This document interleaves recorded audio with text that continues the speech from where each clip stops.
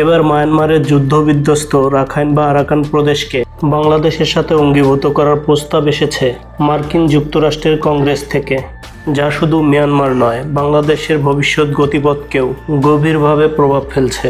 সম্প্রতি president Donald ট্রাম্পের ঘনিষ্ঠ ও প্রভাবশালী হিসেবে পরিচিত কংগ্রেসম্যান ক্যাটার বেল মার্কিন পররাষ্ট্র দপ্তরের দক্ষিণ এশিয়া বিষয়ক এক শুনানিতে প্রথমবারের মতো এ দাবি আনেন।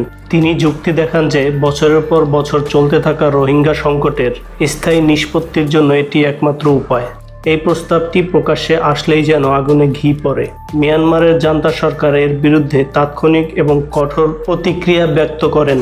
মিয়ানমার সেনাবাহিনীর একজন মুখপাত্র স্পষ্টভাবে ঘোষণা করেন যে রাখাইন রাজ্য তাদের দেশের একটি অবিচ্ছেদ্য অংশ এবং কোনো অবস্থাতে এটিকে বাংলাদেশের সঙ্গে যুক্ত হতে দেওয়া হবে না। তাদের বক্তব্য ছিল অর্থহীন, আরাকান রাজ্যকে ছেড়ে দেওয়ার প্রশ্নই আসে না। এই অবস্থানে তারা পুরোপুরি অটল। কিন্তু বিস্ময়কর বিষয় হলো, মিয়ানমারের এই তীব্র প্রতিবাদের পরেও মার্কিন কংগ্রেসের সেই প্রভাবশালী সদস্য তার অবস্থান থেকে বিন্দুমাত্র সরে আসেনি। সম্প্রতি তিনি পুনরায় একই দাবি তুলেছেন, যা এই বিষয়টিকে আরও জটিল পথের দিকে নিয়ে যাচ্ছে। এই প্রেক্ষাপটে প্রশ্ন উঠেছে, হঠাৎ করে মার্কিন যুক্তরাষ্ট্র কেন রাখাইন রাজ্যকে বাংলাদেশের অংশ করতে এতটা উদ্বেগী হয়ে উঠল?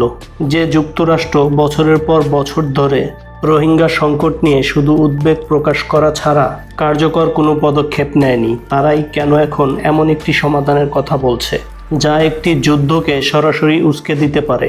এর পেছনে তাদের আসল উদ্দেশ্য কি? এর উত্তর খুঁজতে হলে পিছনের কিছু ঘটনা প্রবাহ সামনে তুলে ধরতে হবে।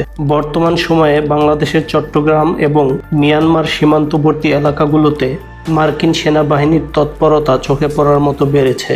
তাদের উপস্থিতি অনেকের মনেই উদ্বেগের জন্ম দিয়েছে। সামাজিক যোগাযোগ মাধ্যমেও এ নিয়ে ব্যাপক আলোচনা চলছে। এ বিষয়ে অনেকেই ভাবছেন বাংলাদেশে হয়তো মার্কিন যুক্তরাষ্ট্রের নতুন কোনো সামরিক ঘাঁটি স্থাপনের পরিকল্পনা চলছে। এই ঘটনাকে আরও শক্তি যোগাচ্ছে বিশ্বজুড়ে মার্কিন যুক্তরাষ্ট্রের অতীত কর্মকাণ্ড। প্রায় সময় দেখা যায় তারা বিভিন্ন অঞ্চলে সংঘাতপূর্ণ পরিস্থিতি সৃষ্টি করে এবং সেই সুযোগে অস্ত্র বিক্রি করে নিজেদের অর্থনৈতিক ও সামরিক এজেন্ডা বাস্তবায়ন করে। রাখাইনকে বাংলাদেশের সাথে যুক্ত করার এই প্রস্তাবের পেছনে একই ধরনের একটি সুদূর প্রসারিত উদ্দেশ্য লুকিয়ে আছে বলে ধারণা করা হচ্ছে। কারণ রাখাইন রাজ্যের বর্তমান পরিস্থিতি এখন অগ্নিগর্ভ এক যুদ্ধক্ষেত্র। মিয়ানমারের জান্তা বাহিনীর সাথে সেখানকার স্বাধীনতাকামী সশস্ত্র গোষ্ঠী আরাকান আর্মির রক্তক্ষয়ী লড়াই চলছে। রাজ্যের বেশিরভাগ এলাকায় এখন আরাকান আর্মির নিয়ন্ত্রণে, অর্থাৎ রাখাইন রাজ্য এখন এমন একটি ভূখণ্ড যেখানে শান্তিময় রাষ্ট্র শুধু স্বপ্নেই কল্পনা করা সম্ভব, যার বাতাসে শুধু কেবল বারুদেরই গন্ধ পাওয়া যায়। অন্যদিকে বাংলাদেশ একটি শান্তিপ্রিয় এবং অর্থনৈতিকভাবে দ্রুতভাবে অগ্রগতিশীল এক দেশ। এখানে কোনো ধরনের যুদ্ধ নেই, বরং উন্নয়নের স্থিতিশীলতা বিরাজমান। আর এটাই হয়তো মার্কিন যুক্তরাষ্ট্রের হিসাবের গরমিল তৈরি করছে। ডক্টর মোহাম্মদ ইউনূসের তত্ত্বাবধায়ক সরকার ক্ষমতায় আসার পর থেকেই ওয়াশিংটনের সাথে ঢাকার সম্পর্ক অনেকটাই ঘনিষ্ঠ হয়েছে, যা কূটনৈতিক মহলে সুবিদিত। আর এই সুবিদিতকে কাজে লাগিয়ে মার্কিন যুক্তরাষ্ট্র চাইছে বাংলাদেশকে তাদের ইন্দো প্যাসিফিক কৌশলের একটি গুরুত্বপূর্ণ অংশ করে তুলতে। তাদের এজেন্ডায় প্রধানত দুটি বিষয়। প্রথমত, বাংলাদেশকে দিয়ে তাদের বিলিয়ন বিলিয়ন ডলারের সামরিক সরঞ্জাম কেনানো, আর দ্বিতীয়ত বঙ্গোপসাগরের বুকে চীনকে পর্যবেক্ষণ করার জন্য একটি স্থায়ী সামরিক ঘাঁটি স্থাপন করা। আর এই দুটি লক্ষ্য পূরণের অজুহাত হিসেবেই রাখাইনকে বাংলাদেশের সাথে যুক্ত করার এই প্রস্তাব দেওয়া হয়েছে। বিষয়টা অনেকটা এমন, যদি বাংলাদেশ এই প্রস্তাবে সাড়া দেয় অথবা এই ইস্যুটি আন্তর্জাতিকভাবে আরও বড় আকার ধারণ করে, তবে বাংলাদেশের সাথে মিয়ানমারের একটি সরাসরি সংঘাত শুরু হয়ে পড়বে। আর সেই সংঘাতের মুহূর্তে বাংলাদেশকে রক্ষা করার নামে কিংবা সামরিক সহায়তা দেওয়ার অজুহাতে মার্কিন যুক্তরাষ্ট্র এখানে নিজেদের প্রভাব বিস্তার করবে। তারা চাইবে বাংলাদেশ যেন তাদের কাছ থেকে বিপুল পরিমাণে অস্ত্র কিনে। একটি যুদ্ধ পরিস্থিতি তৈরি হলে বাংলাদেশও নিজেদের সুরক্ষার জন্য তাদের কাছ থেকেই অস্ত্র কিনতে এক প্রকার বাধ্য হবে। এই কারণে একটি কথা প্রায়ই বলা হয়, মার্কিন যুক্তরাষ্ট্র নিজেদের স্বার্থ ছাড়া আসলে কারো বন্ধু হয় না। রাখাইনকে বাংলাদেশের সাথে যুক্ত করার এই প্রস্তাবটি মূলত বাংলাদেশের জন্য পাতা একটি নিখুঁত ফাঁদ। এর মাধ্যমে একটি যুদ্ধবিধ্বস্ত রাজ্যের দায়ভার বাংলাদেশের ঘাড়ে চাপিয়ে দেওয়া হবে এবং একই সাথে দুটি প্রতিবেশী দেশকে অন্তহীন যুদ্ধে জড়িয়ে দেওয়া হবে, যার থেকে পুরো ফায়দাটাই তুলবে তৃতীয় একটি পক্ষ। এই আলোচনার মধ্যে আরও একটি বিষয় সামনে আসে, আর তা হলো সামরিক সক্ষমতা, বিশেষ করে বিমান বাহিনীর শক্তি। চট্টগ্রামের আকাশে মার্কিন যুদ্ধবিমানের আনাগোনা নিয়ে যখন ভারতীয় বিভিন্ন সংবাদ মাধ্যমে খবর প্রকাশিত হচ্ছে, তখন বাংলাদেশের নিজস্ব বিমান বাহিনীর অবস্থাও পর্যালোচনার দাবি রাখে। এটা অনস্বীকার্য যে বাংলাদেশ বিমান বাহিনীর সক্ষমতা তুলনামূলকভাবে সীমিত। আমাদের হাতে এমন কোনো অত্যাধুনিক যুদ্ধ বিমান নেই যা প্রতিপক্ষের বিমান শক্তিকে কার্যকরভাবে চ্যালেঞ্জ করতে পারে। বর্তমানে বাংলাদেশের বিমান বাহিনীর সবচেয়ে বড় শক্তি হিসেবে ধরা হয় কয়েকটি MiG-29 যুদ্ধ বিমানকে, যা অনেকটাই পুরনো প্রযুক্তির। তবে শোনা যাচ্ছিল চীন থেকে আধুনিক ফাইটার জেট J-10 কেনার প্রক্রিয়া চলমান। তবে এখন পর্যন্ত একটিও বিমান বাংলাদেশে এসে পৌঁছায়নি। এই পরিস্থিতিতে যদি মিয়ানমারের মতো দেশের সাথে বাংলাদেশের কোনো সংঘাত তৈরি হয়, তবে বাংলাদেশ এয়ারফোর্স কতটা প্রতিরোধ তৈরি করতে পারবে তা নিয়ে প্রশ্ন থেকেই যায়। শুধু যুদ্ধ বিমানই নয়, আমাদের আকাশ প্রতিরক্ষা ব্যবস্থাও ততটা শক্তিশালী নয়। বাংলাদেশের হাতে থাকা সবচেয়ে শক্তিশালী এয়ার ডিফেন্স সিস্টেম হলো চীনের তৈরি FM-90, যার পাল্লা মাত্র 15 কিলোমিটার। বর্তমান সময়ে যেখানে শত শত কিলোমিটার দূর থেকে মিসাইল হামলা চালানো হয়, সেখানে মাত্র এই 15 কিলোমিটার রেঞ্জের প্রতিরক্ষা ব্যবস্থার কার্যকারিতা নিয়ে সহজেই প্রশ্ন তোলা যায়। এই দুর্বলতার কারণেই হয়তো বাইরের দেশগুলো বাংলাদেশকে নিয়ে বিভিন্ন খেলা খেলার সুযোগ পাচ্ছে।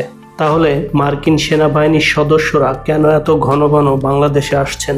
তাদের উদ্দেশ্য যদি সামরিক ঘাঁটি স্থাপন বা বাংলাদেশকে যুদ্ধে জড়ানো হয়, তাহলে তারা কি ঠিক করছেন? আসলে এর একটি আনুষ্ঠানিক ব্যাখ্যাও দেওয়া হয়, যা তুলনামূলকভাবে কম আলোচিত।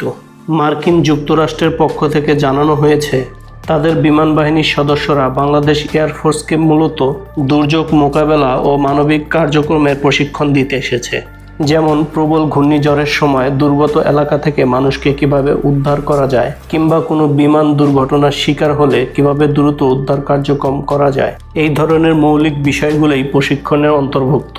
অর্থাৎ বাহ্যিকভাবে দেখলে তাদের এই কার্যক্রম পুরোপুরি মানবিক এবং অসামরিক। সুতরাং বাংলাদেশে মার্কিন বাহিনীর যে উপস্থিতি দেখা যাচ্ছে, তাকে সরাসরি সামরিক ঘাঁটি তৈরির প্রচেষ্টা হিসেবে দেখলে পুরো চিত্রটি হয়তো পরিষ্কার হবে না।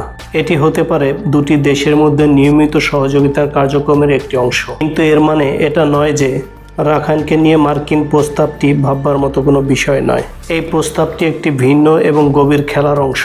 মানবিক সহযোগিতার আড়ালে মার্কিন যুক্তরাষ্ট্র আসলে দেখতে চাচ্ছে বাংলাদেশের সহনশীলতা কতটা। তারা একদিকে যেমন সহযোগিতার হাত বাড়াচ্ছে, তেমনি অন্যদিকে একটি সংকটময় প্রস্তাব দিয়ে বাংলাদেশকে একটি দীর্ঘস্থায়ী সংকটের দিকে ঠেলে দেওয়ার পথও খোলা রাখছে। তাহলে শেষ পর্যন্ত বাংলাদেশের হাতে কি রাখাইন আসবে? বাস্তবতা বলে এর উত্তর না, কারণ বাংলাদেশ প্রায় 15 লক্ষ রোহিঙ্গাকে আশ্রয় দিয়ে এরই মধ্যে তার মানবিকতার সর্বোচ্চ পরিচয় দিয়েছে। এই বিশাল জনগোষ্ঠী দেশের অর্থনীতি ও সমাজের উপর একটি বিরাট চাপ সৃষ্টি করেছে। এর উপর একটি যুদ্ধরত, অস্থিতিশীল এবং সংঘাতপূর্ণ অঞ্চলকে নিজ ভূখণ্ডের সাথে যুক্ত করার মতো এমন আত্মঘাতী পদক্ষেপ বাংলাদেশ কখনোই নেবে না। রাখাইনকে বাংলাদেশের অংশ করে নেওয়ার অর্থ হলো আরাকান আর্মির সাথে চলমান যুদ্ধকে নিজের মাটিতে টেনে আনা। এর অর্থ হলো মায়ানমারের সাথে এক চিরস্থায়ী শত্রুত্ব টেনে আনা এবং সবশেষে মার্কিন যুক্তরাষ্ট্রের ভূরাজনৈতিক পরিকল্পনার দাবার গুটি হওয়া। বাংলাদেশের লক্ষ্য হওয়া উচিত রোহিঙ্গা শরণার্থীদের নিরাপদে ও সম্মানের সাথে তাদের নিজ দেশ মায়ানমারে প্রত্যাবর্তন নিশ্চিত করা, অন্যের ভূমি দখল করা নয়। আন্তর্জাতিক চাপের মাধ্যমে মিয়ানমারকে বাধ্য করতে হবে যেন তারা তাদের নাগরিকদের ফিরিয়ে নেয়। মার্কিন যুক্তরাষ্ট্রের পাতা ফাঁদে পা না দিয়ে নিজের সার্বভৌমত্ব এবং শান্তি বজায় রাখাই হবে বাংলাদেশের জন্য সবচেয়ে বুদ্ধিমানের কাজ। কারণ একটি জ্বলন্ত আগ্নেয়গিরিকে নিজের উঠোনে বসানোর মতো ভুল কোনো বিচক্ষণ রাষ্ট্র করতে পারে না।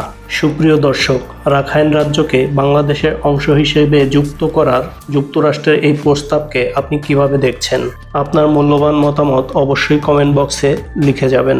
ভিডিও ভালো লাগলে লাইক এবং শেয়ার করুন। চ্যানেলে প্রথমবার হলে অবশ্যই সাবস্ক্রাইব করুন, ফলো করুন আমাদের ফেসবুক পেজ।